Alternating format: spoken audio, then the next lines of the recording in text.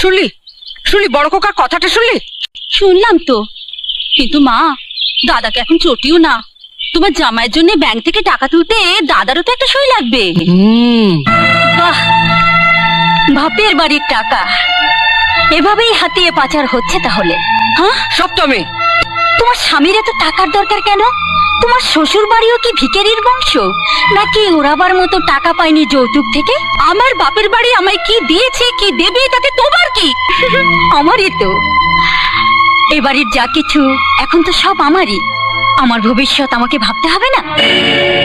শ্বশুর বাড়ি ছেড়ে তুমি যেখানে পড়ে আছো, এখন তোমার শাশুড়ির গা হাত পা কে টিপে দিচ্ছে? সব তুমি।